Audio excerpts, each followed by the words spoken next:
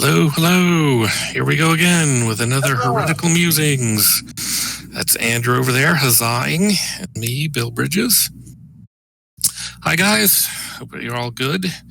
This week we thought we would talk about GMing Fading Suns, running epics, as we call them, what everybody else calls campaigns and such, and how to start one and how to approach the whole game.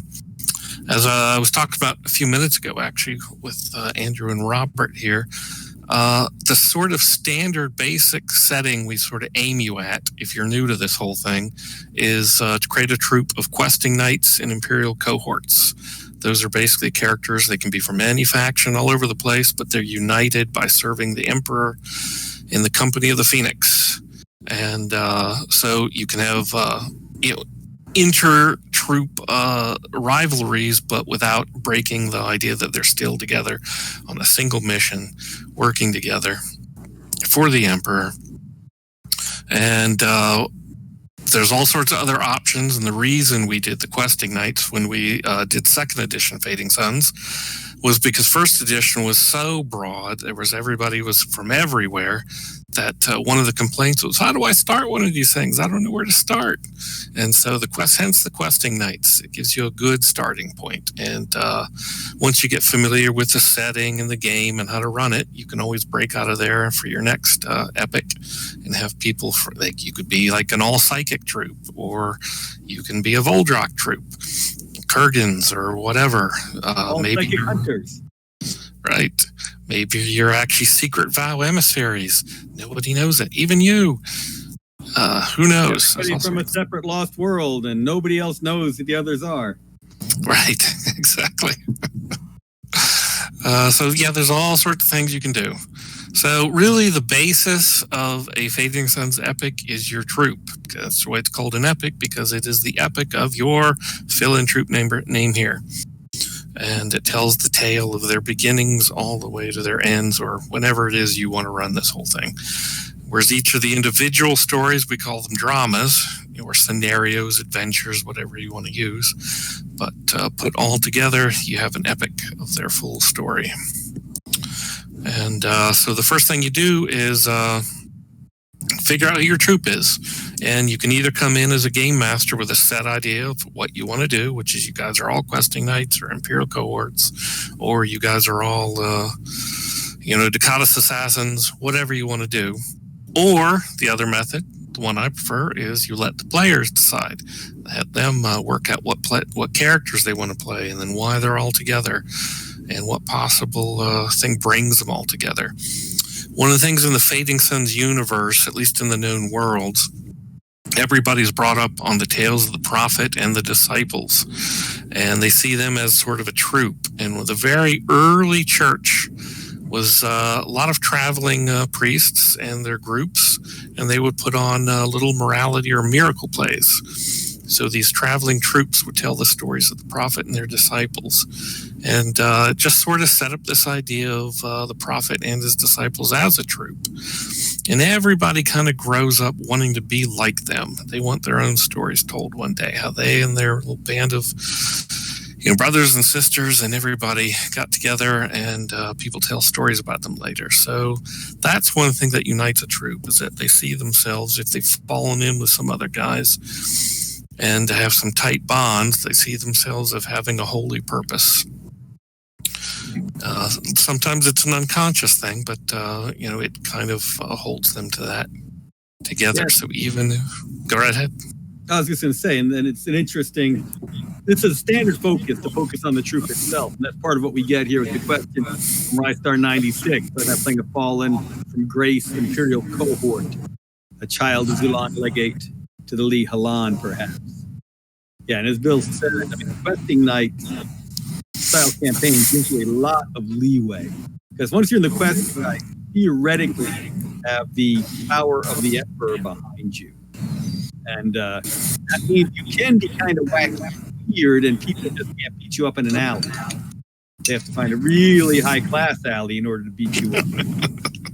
So the the cohort role is great. If you want to run something really crazy that can get involved in all sorts of different campaigns. You need to really justify that admission of the cohort.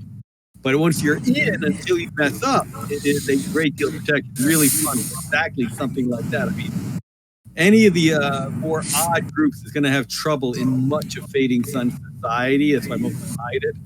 But wear that cohort badge, and you've got entree, a dozen Jacobian agents following you wherever you go. But you're still pretty well set. Another way to go about it, Bill's talked about the troop style play. And Bill, I think that your speakers are giving us some feedback. You can check on that. The other style that I like as well is a settings focus. So in the Fading Sun, you can do a system after system spanning grand adventure, flying from the 19th Secunda to Kurga to Liegheim to any of the Lost Worlds, etc. Or we've given you tools to really limit it. So, for instance, in our initial books, we had Pandemonium as the main setting, which meant you could do high politics, you could do crazy adventures in the Badlands, you could do religious dramas with the cathedral that they were building out there, you could do dungeon delves into the Badlands if that's actually where your head was. You could have any sort of creature, because any sort of creature was there. But because it was so hard to get off-world, you could really limit the players from ever leaving. If you want to do stuff on Pandemonium, you could stick them there until you, as GM, gave them the way off the planet. Because passage out of there would cost an arm and a leg and a couple more Voldrock arms and legs as well. Yeah, Bill, I think it is your speakers. You keep lighting up the room. Yeah, I'm looking at this right now. It's my headset is set for everything. Crazy. So this is why here is such a great example. Voldrock is a great example again. It's an unexplored world, lots of, well, I shouldn't say unexplored. For the known worlders, there's a lot of area that is still unfilled in. So GMs can create a whole lot of content of their own and not worry about being contradicted, and they can have an excuse for it. The place is big and much of it remains unknown. There are high political dramas that you can do, showing up the main courts. There is some sophistication in tech you can have, especially around the starport. You can do a religious drama as missionaries. I gotta say, missionary adventures in the Fading Suns can be a blast. I mean, that's some great stories written about inquisitors and missionaries heading into the hinterlands. And you can also take advantage of, if your players don't really know the FS setting, they can play an outsider. They can play a Voldrock, getting introduced to the known world. So you've got a chance to feed out information at the rate you want. And you can, again, control entrance, egress, and passage from the planet and keep them there if you so desire. If you run your adventures on Liegheim, you have some great adventures, but there's no way to limit them from getting off-world. There are ships coming and going all the time, so be ready. Liegheim is great for a drama or two in it, but at some point the PCs are ready and raring to tear off for some other part of the known worlds. So we talked about the troop-style play. Figure out what your troop is, cohorts, a whole bunch of good guy Dakados, those evil Hawkwoods, some Hazat duelists, a bunch of merchants all having to represent their guilds. That fun, crazy missionary group with one from every sect, spending half the game saving souls and the other half threatening to condemn each other for heresy. And then you keep going. The other focus you can have is the type of stories you want to play. I talked about the politics, the high drama. If you want to do a politics campaign, that's going to be different than one that has you going to a bunch of lost worlds. Bill, you want to touch on that? I think you did fix things. Yeah, can you hear me now? Yep, you sound good. Okay, good. One of the other things we talked about in the Game Master book is you can build your group around a noble entourage or a church group instead, or a merchant group as the main focus. And one of the ones that we assume is a default when we write stuff, because it's easier just to assume one thing rather than the other, is the noble entourage. It's the classic one. So at least one of the members in your group is a noble, and the other players are there as part of their entourage, perhaps as their priest confessor, their pilot, if they have their own starship or whatever. And all sorts of different little roles within that. Or if nobody wants to play a noble, you can always have that as the NPC who's off screen a lot of times, and you guys are just hanging around. It really depends on how you want to run that sort of thing, and what roles your players have, and how crazy they are. Because that's the other thing. With you're going around with a noble and you're in their entourage, you can get pretty crazy and freaky too. You can be part of the weirdo changed kind of people that serfs throw stones at when they walk down the street, but they're not going to do it if you're a noble, because then they might get arrested and their heads lopped off. So you're presumed under the protection of whoever you're with. Now that noble may get problems from the church or from the locals and stuff. It all depends on how outre and avant-garde they want to be and how much they think they can get away with this kind of stuff, which comes down to connections and friends and so on. And really, go ahead. Yeah. I was just going to take an aside, but go ahead, keep going with what you were on. I was saying, and how much trouble your troop wants to get into. Maybe they want the kind of trouble that they press society's buttons all the time, so they can raise issues of the plights of the changed or the aliens or whoever else, and they use that as a forum to fight back against the church or the small-mindedness and so on. Or they're just there to cause trouble and be tricksters and move along as soon as things get too hairy. It's really and Morton Crimson. Oh, Crimson. Morton, I like it more than Grimson better. Go change that. Talks about all the campaigns on Ravenna. I find that very funny because I'm in the midst of an EFS game where I am currently pillaging Ravenna. So I appreciate that. So Bill brings up an interesting point, and that is the focus of the players as the focus for the epic. So you have some troops who are very interested in what kind of good can we do, be that bringing about new democracy, be that saving the serfs, be it stopping the horrible creatures from beyond the stars from filtering through into society. You have others who are interested in what can they build in the known worlds. Can they build their own fief, establish their own franchises within the guilds, build up a really successful mercenary corps, whatever. You have others who are really interested in discovering the secrets of the fading suns. And how do you parse that out? They're going to be going from gargoyle to gargoyle and lost world to lost world until their brains explode. So you want to track them to set up an epic that helps feed those specific desires. You have a lot of troops that enjoy having an effect on the world and not being seen, kind of the Zorro figures zipping out of the castle without anyone knowing who it really was when they leave. And usually it's because they are fallen from grace or freaky aliens or change, and they have to stay in the background anyway.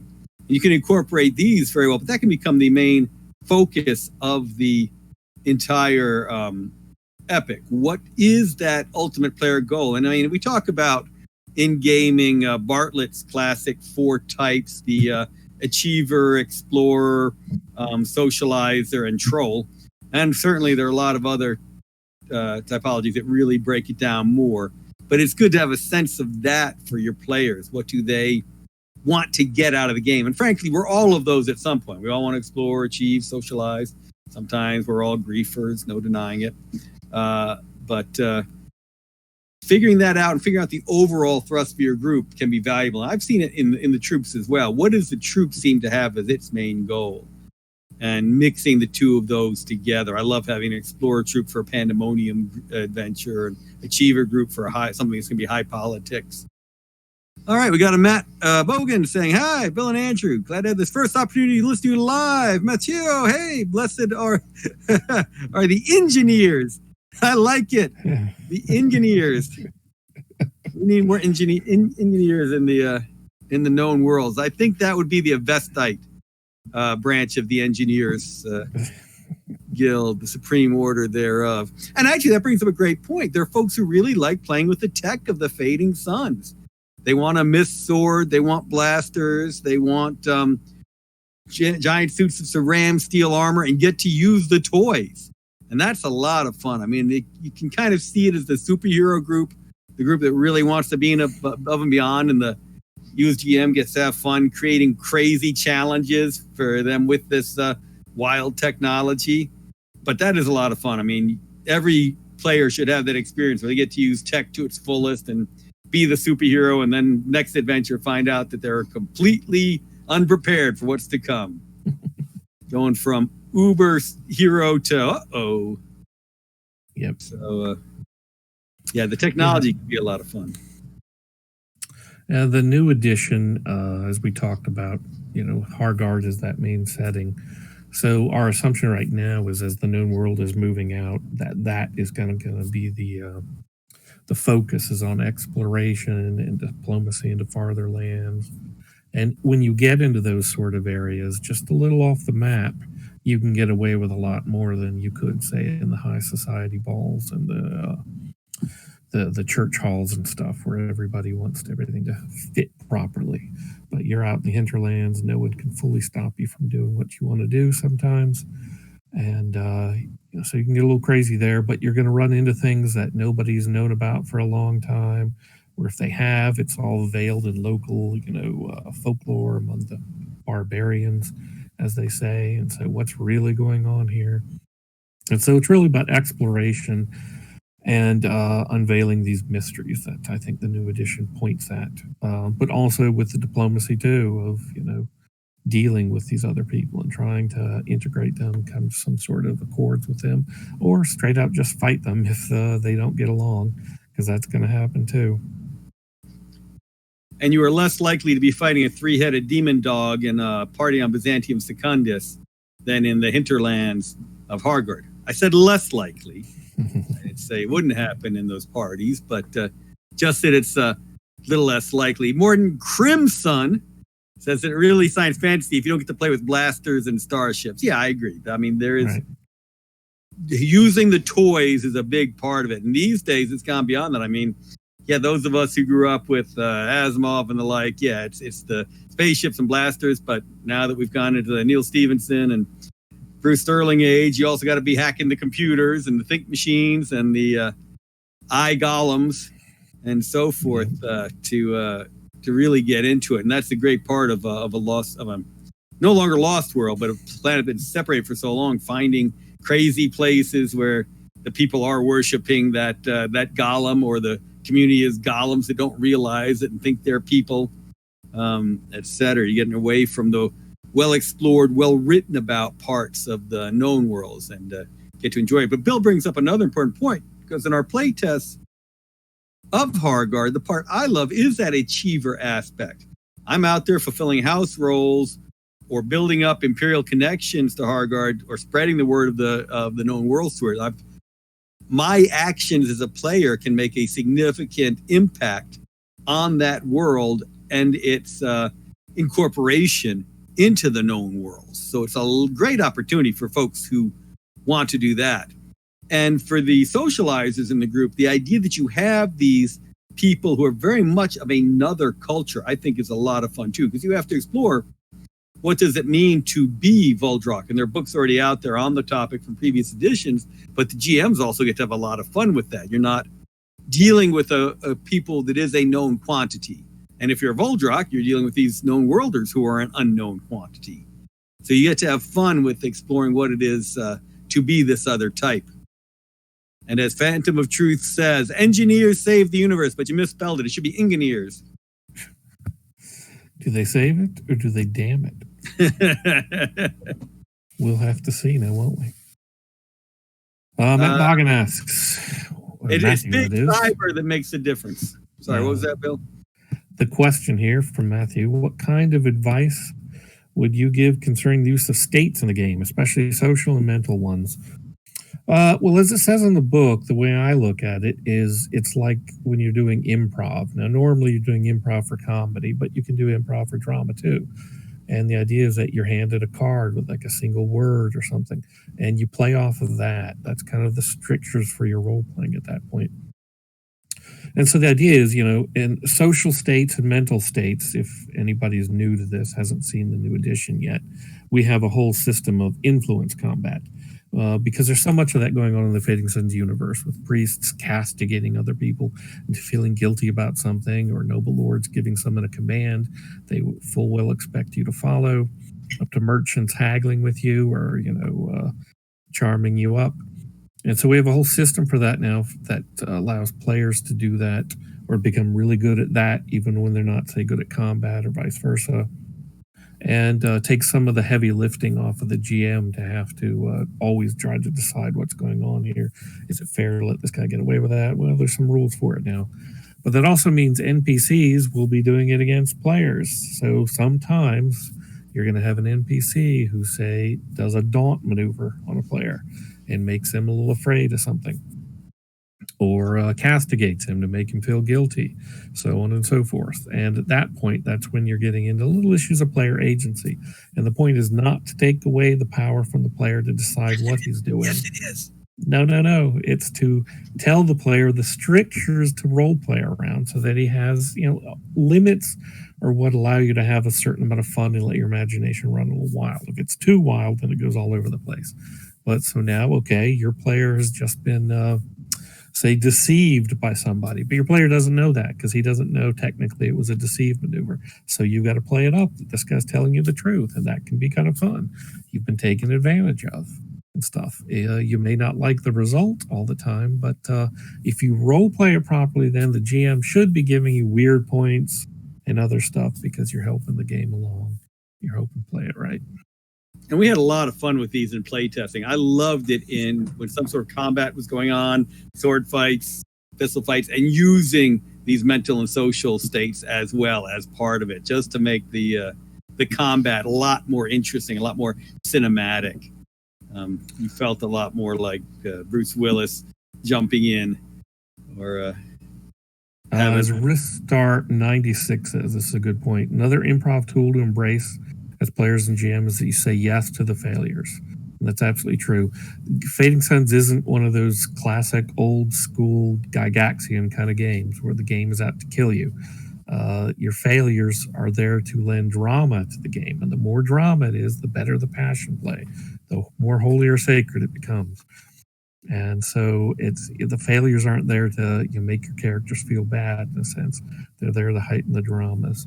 And as long as everybody gets into the spirit of that, I don't think people feel bad about this sort of thing. They'll see it as a great chance. The more you have, the more to be overcome, the more incredible your final victory is.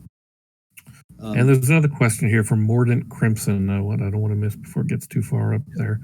What would you say is the biggest selling point to pitch Hargard as a focal setting to players who like the cut and thrust of noble house intrigue?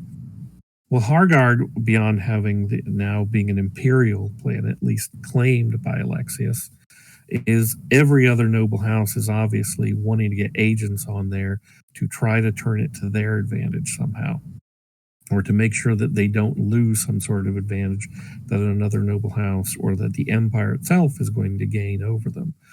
But you've also got this brand new Voldrak house of House Eldred, and all the Thanes who have been converted into different levels of royals among there.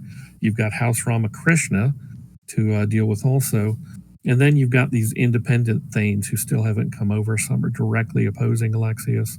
Some are more neutral. They're not sure yet, and they have to be swayed. So there's a lot of chances to make allies and enemies. And that's really what noble houses are going to be up to all the time in a place like this. The Kata's friend. What?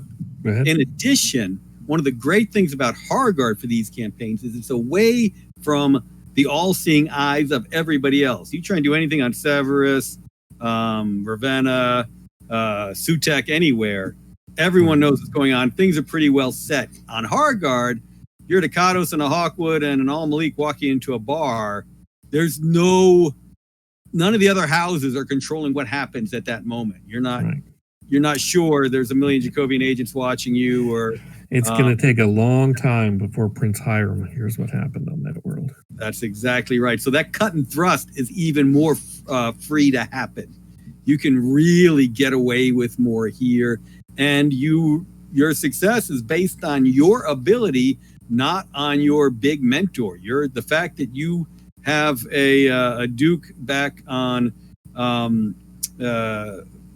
back in the known worlds with a big army makes no difference when it's just you and your rapier in some nasty little Voldrak bar dealing with Ali Halan with a flamer. So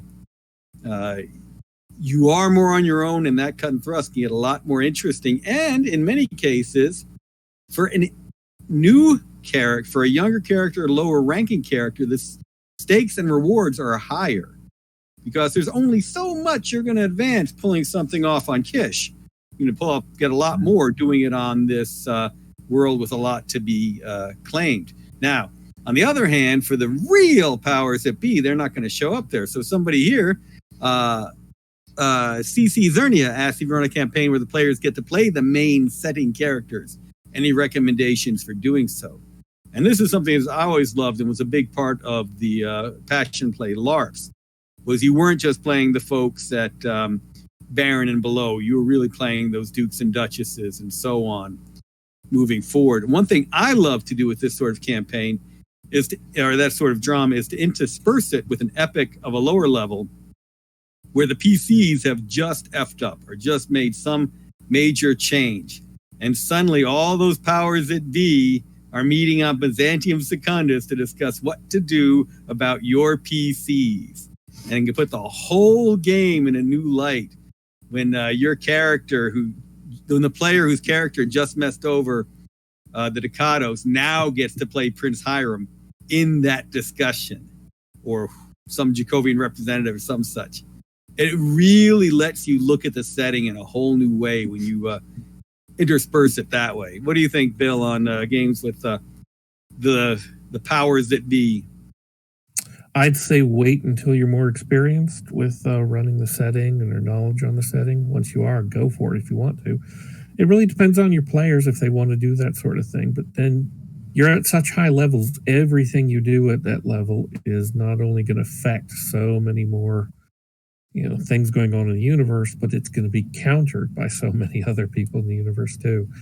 So it's more of a big giant chess game you're kind of playing with those kind of people at that point. I mean, it really depends on how far you want to go. If you're in the main area of the world, yes, you're going to be countered. But what if, you're playing the Duke and you're sick of it all, and so then you become an incognito calling, and you disguise yourself and run off to the frontier on Hargard, and then do all sorts of cool stuff, and then finally reveal I'm really the Duke.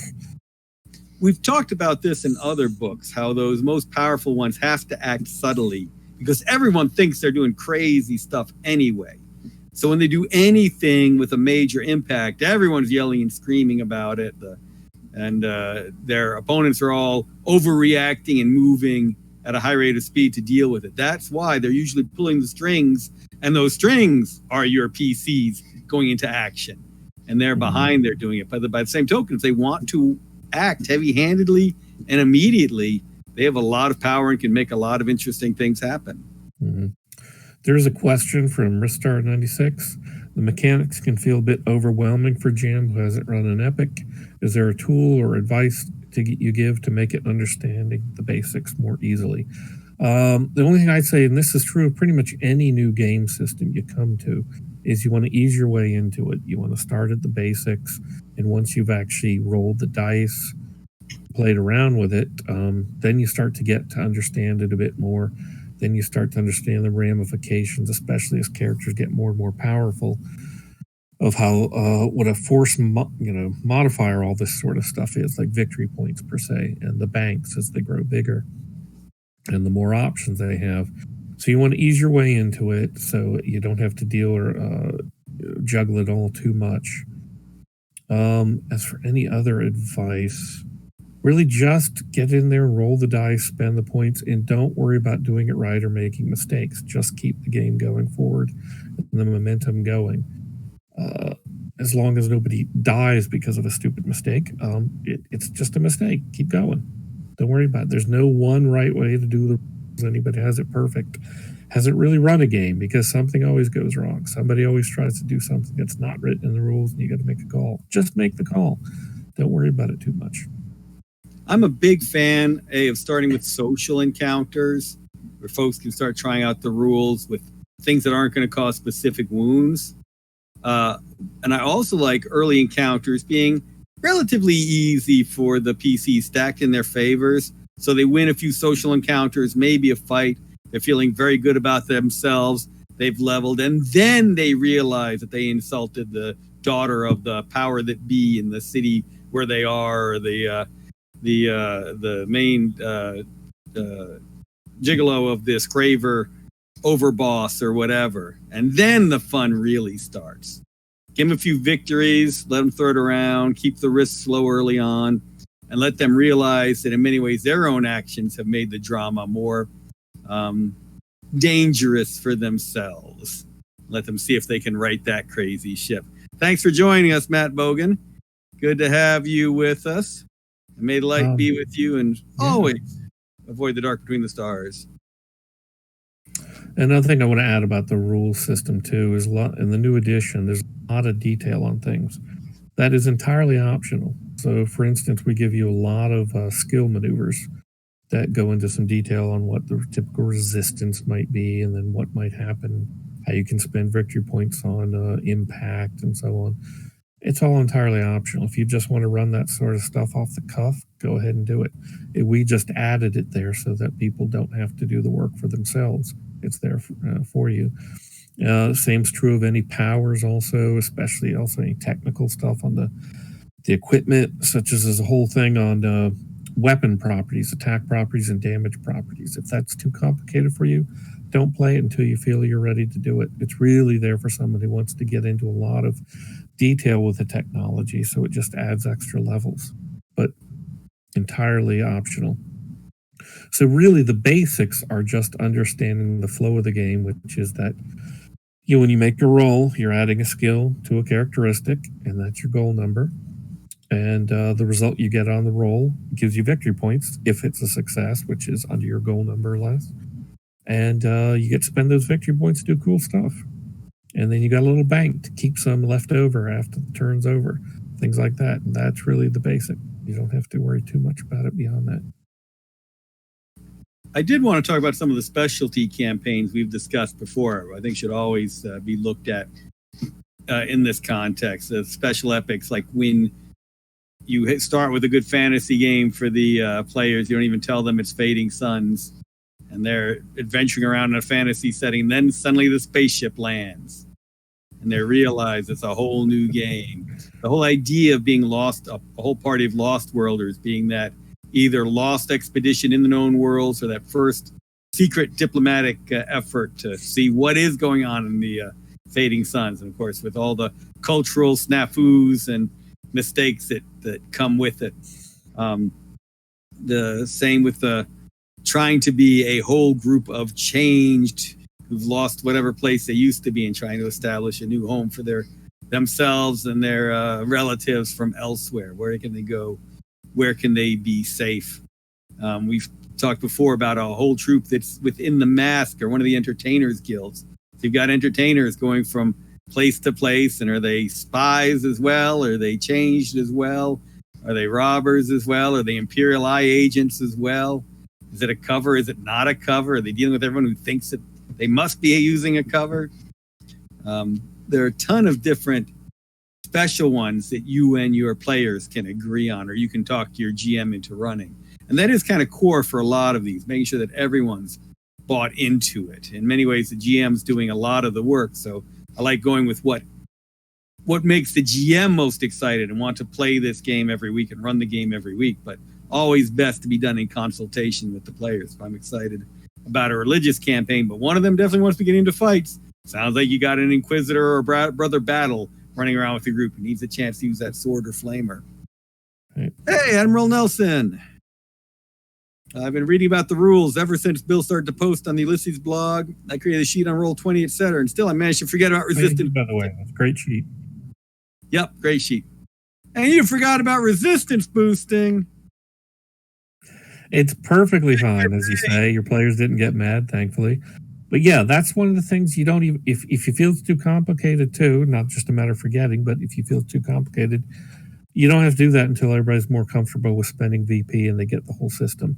What the resistance boosting is there for is because we only have one action per turn now, with some exceptions that you can buy through perks. You pretty much have a choice between doing something or dodging and things. But how do you have characters who are lithe or, who are used to be able to stop attacks and such? And that's what the resistance boost is for. It's for them to basically bring in their defense at the same time they're doing an attack. And, some people are going to be better about it by, keeping their vaults full enough to be able to do that. Some people won't have it, or, they won't get enough in their cash that turn to have enough for it. But it's there in case they really, really want to add some. Not get hit. Again, it's not just for body resistance, it's for mind or spirit resistance also. So if someone's trying to prevent, the Duke from talking them into doing something they don't really want to do, they're going to want to boost their resistance from it and such, even though they're going to nod and say they might do it, sort of thing. So yeah, spending victory points, there's a whole lot of ramifications once you allow players the freedom to do that. But that also means it gets a little complicated, and at times people are going to forget how to do it or forget what they did. It's funny too, especially you can have players at this. I haven't been able to catch up on all those Critical Role shows and stuff. My brother was watching it though, and there's apparently a player character, I guess, who got to 10th level and only then realized that her character all along from the first level had the ability to create light. It's just like, oops, that's a big miss. And so, it's going to happen. You're going to have these abilities and you're going to kick yourself later on. Why didn't I do it that way? Because I forgot all about it. But, you just move ahead, keep going.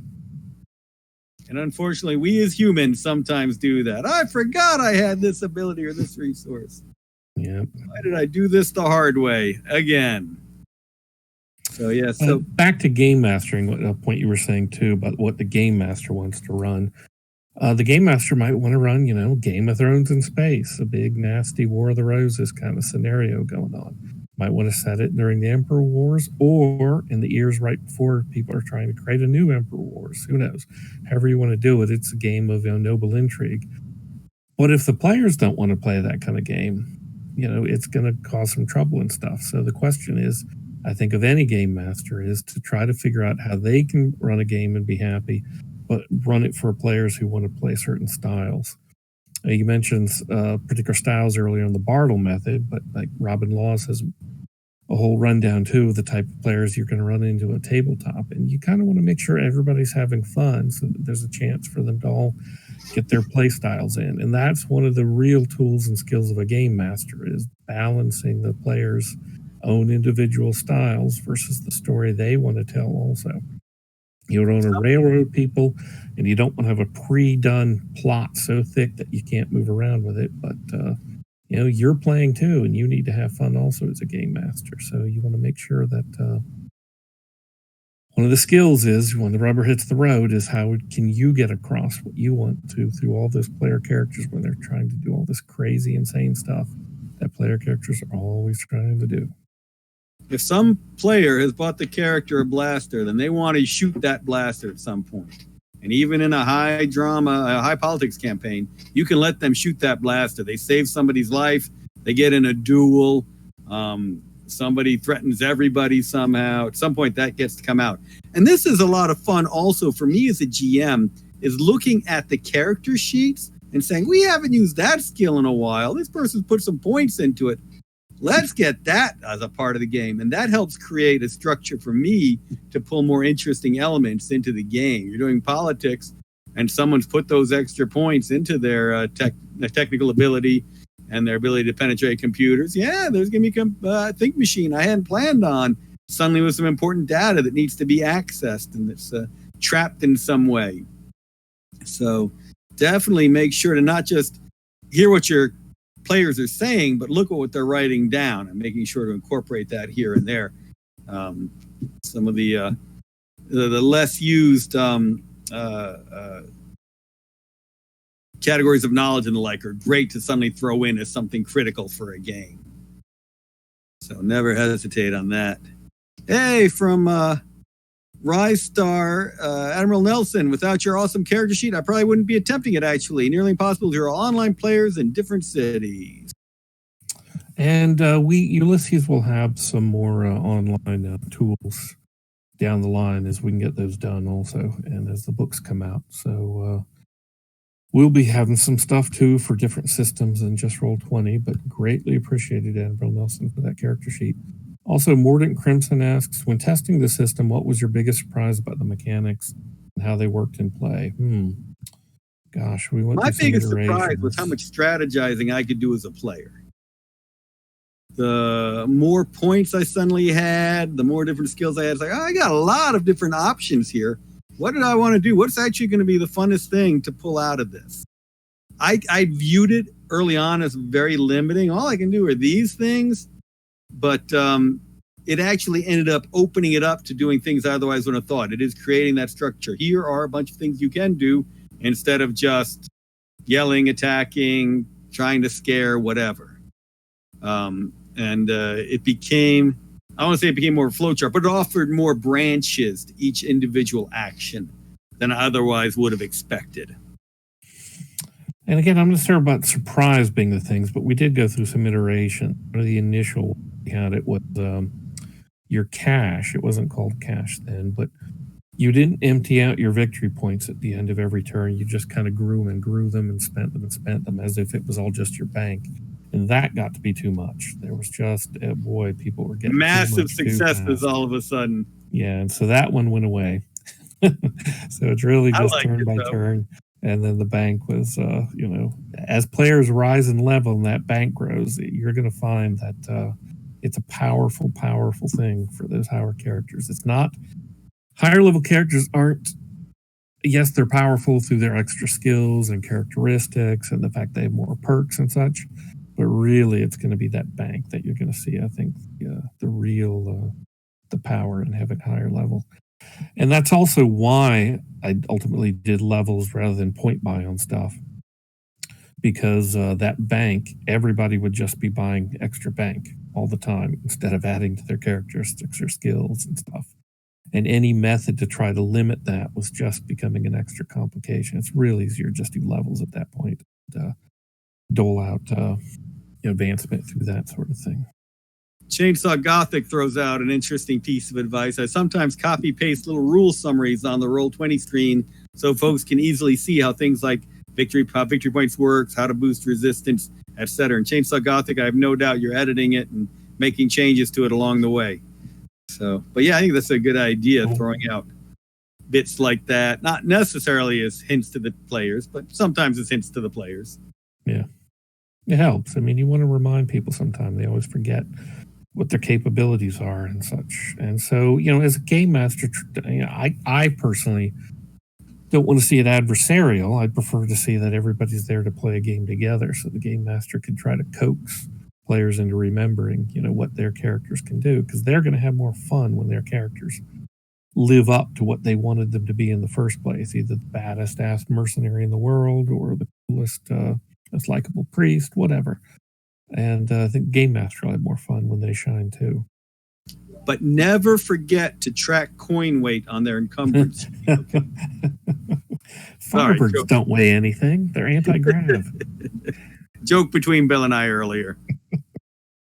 Yeah, there was a video about somebody joking about the alt-world coin weight. Tracking all that. Only mammonists have to worry about coin weight. That's a weight on their soul. Exactly. You really want to carry all those copper pieces, all those little talents. So, Bill, we've been talking about all the different epics folks can enjoy.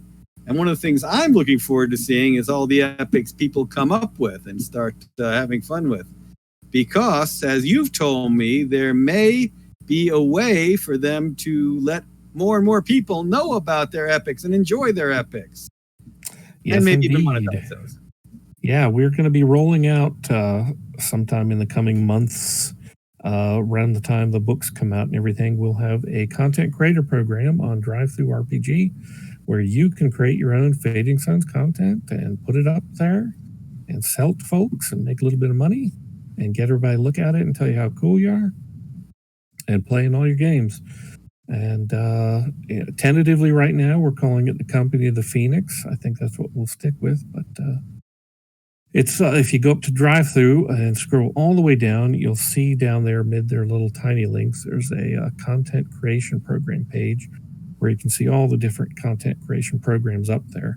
Ulysses already has the Torg Infiniverse and the Dark Eye Scriptorium. You guys can look at some of that stuff for some ideas of what people have done. And we'll be rolling that for Fading Suns. We'll have some art assets that are pre-approved for everybody to use. And more detail coming as we get it all done. Speaking of more details, and Morden Crimson says, yay, content creator program. For those of you who have interacted with content creator programs, either as purchasers or as creators, what have you seen that you've liked? What sort of aspects of them have you appreciated, and what are the things that have turned you off? Definitely interested in your experiences. I love a formal way for folks to get their own ideas out there. Bill and I have talked about this for years with Fading Suns. We enjoy people telling us about their characters, about their epics. And this is a way that we can actually see them up there in writing and have lots of people give feedback. Morton Crimson says, I have some publications for a few other programs, so I will certainly be writing for this. Very glad to hear that. Yep. And it's interesting. I look forward to seeing what people are going to be doing with it. It's going to be cool. The ones I usually see, there are rule stuff, there's new character classes, that sort of thing. Then I'll see a bunch of different kinds of adventures. I don't see that many full campaign/epics in a lot of the content creator programs I follow. What about the rest of you? Do you ever see much of that? Chainsaw Gothic says, I enjoy tinkering with other folks' adventures. Not that he would edit them down and make them finally readable or finally truly evil. And of course, we'll have new Fading Suns books to announce and tell you all about coming up too. All the books from the Pax Alexius, all the products are at the printers now. And as we've mentioned to folks, they'll be in fulfillment hopefully starting March now, depending on shipping and time it takes. People may not get some of them until April, but the idea is to get those in your hands next month, right thereafter, as soon as we can. And then the stuff will be up for sale on the Ulysses sites and through all sorts of different distributors and such. So people will be able to get that stuff, start playing it, start building content for it. And then we'll keep having new books out. Some of them already been written, edited, and art is coming in now. I just saw some spaceships the other day and they look cool. Chainsaw Gothic says, I'll admit, in content creator programs, I'm wary of using homegrown classes/callings. But giving folks a chance to try their hand at game design is great, absolutely. Ulysses International says, I like adventures/scenarios. Has anyone tried a full campaign out of a content creator program? Yeah, that would be interesting to see. I mean, I have seen printed big campaigns, such as the Pendragon one. The Great Pendragon campaign is one of my favorites. But I'm not sure what's up there content creation-wise. It'd be interesting.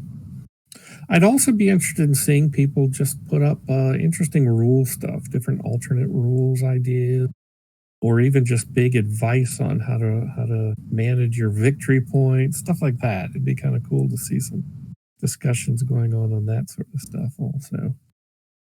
Also, the content creator program will be open for any edition. So if you've got some old manuscript you did for second edition or third edition and you just don't really want to spend the time to do it fourth, you can put it up in that edition.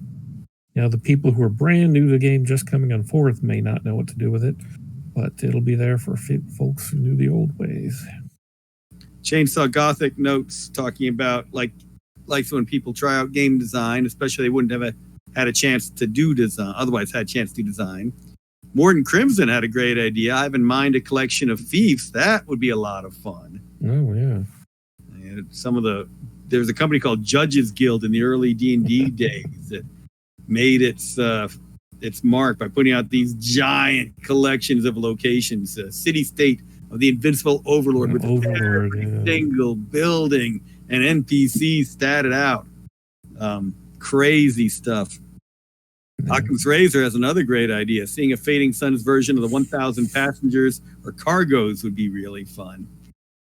So, yeah, definitely like that. All kinds of crazy ones.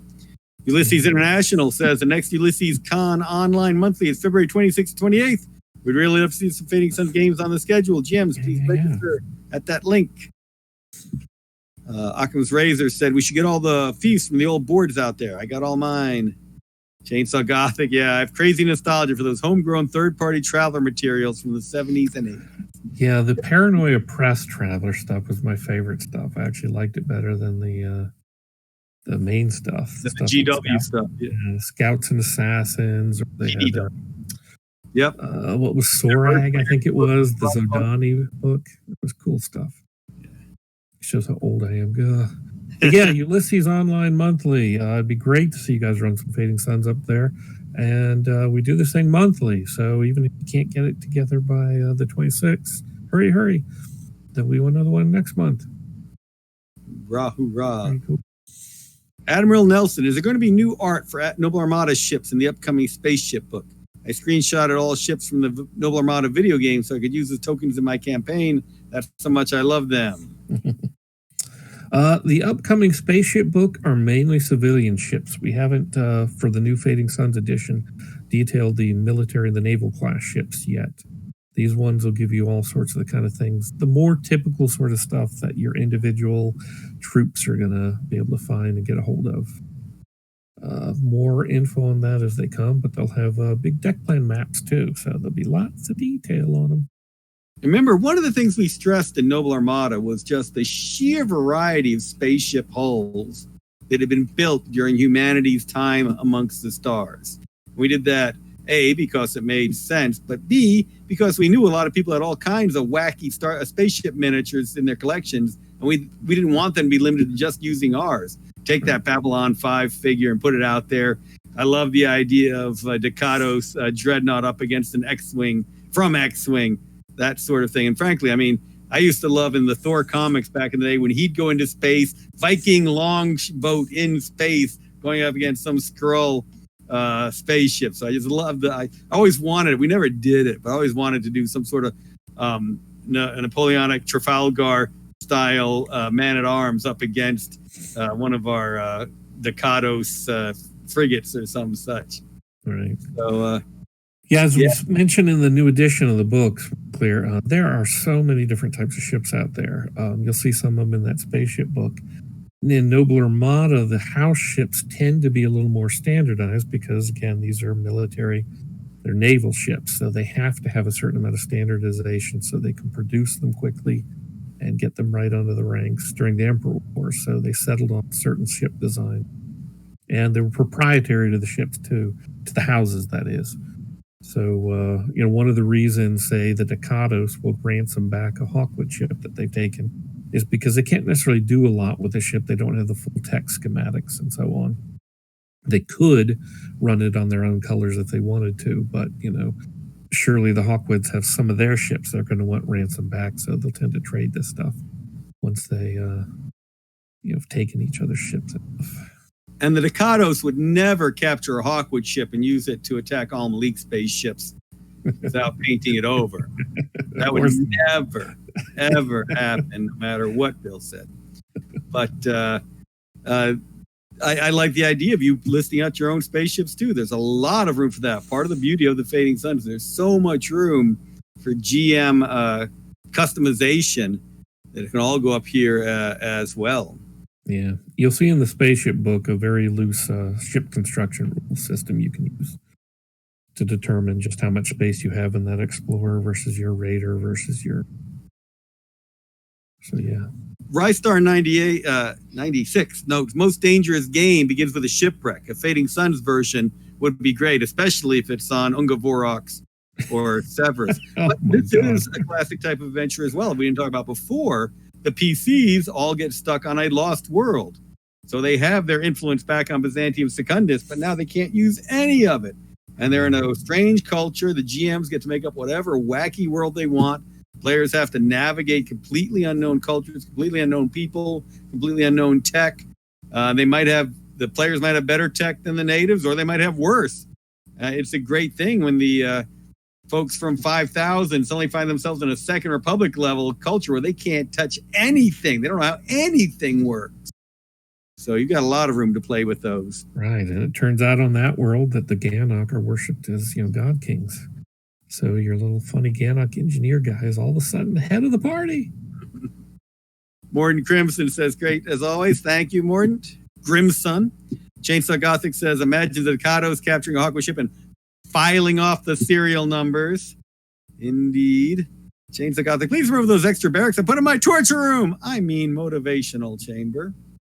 Occam's Razor, detailed guide to a few of the ships that travel between planets, passenger ships, traveling casino ships, my favorites, to rugged freighters, detail the crew, potential other passengers. I'm getting all kinds of evil ideas already. Occam's Razor, looking forward to seeing them in up online.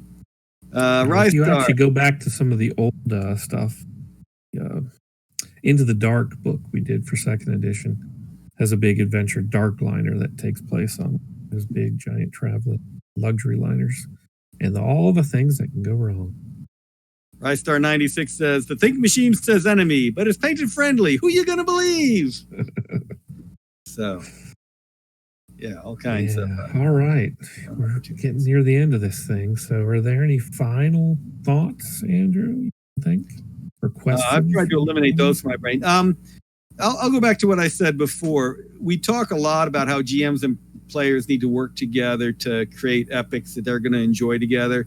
But I think the most important thing is something that keeps the GM excited about coming back week after week after week. And you can get the players excited. You can give them the elements to keep them involved and active. And I think players should feel that they are important to every single drama that happens. But it is what keeps you as a GM interested that ends up being the most important. The players can all be excited, but if the GM runs out of steam, it's gone. And there's all sorts. I just remembered that in the Game Master book, the Astro Divinity deck. It's kind of a tarot deck for the Fading Suns. There's some recommendations in there how you can use that sort of thing to build an adventure at the last minute. If you didn't really have a full preparation, you're wondering what the plot is for today. Well, draw some cards. Each one of these have some sort of meanings that you can then use as a plot device and such. So if you look at that section of the Game Master book, you don't have to do a lot of pre-handed, a ton of info before you go into adventure. You could just do it off the cuff by, drawing some cards and give you a rough idea of your story plot. Run it from there. All right. Thanks, everybody, for joining us today. Hope that was valuable. We'll see you again in 2 weeks with maybe some more news. Oh, I got 2 things. Noble Armada ships on the Switch February 9th. I think this might be the best way to play it yet. So if you're a Switch player, check it on out. We'll have links soon. Tuesday, if you didn't see last week's episode, or not last week, 2 weeks ago, Andrew showed off Armada for the Xbox. So go back and take a look at that one if you haven't seen it yet. It's really cool. And on Tuesday, I'm doing a live stream on my Georgia Game Devs channel on Twitch and YouTube, where we're showcasing a number of games that came out of last weekend's Global Game Jam. We've got games here that have been nominated for prizes here in Georgia. A lot of fun. Let me really quickly see if I can share a link to one of them, which I find absolutely hilarious. I mean, they're all good games, but this one, you play a gremlin stealing socks at a frat party. Amused me no end. So, while you're looking that one up, Ristar asked, can you save the game on PS4? You are supposed to be able to. I do not have a PS to test it on. Yes, you are supposed to be able to. So I shared one of the games. Cool. So that's Tuesday at 7 on Georgia Game Devs on both Twitch and YouTube. Cool. Thanks to all of you for joining us. Yeah, thanks a lot, guys. See you in 2 weeks for another episode of Heretical Musings.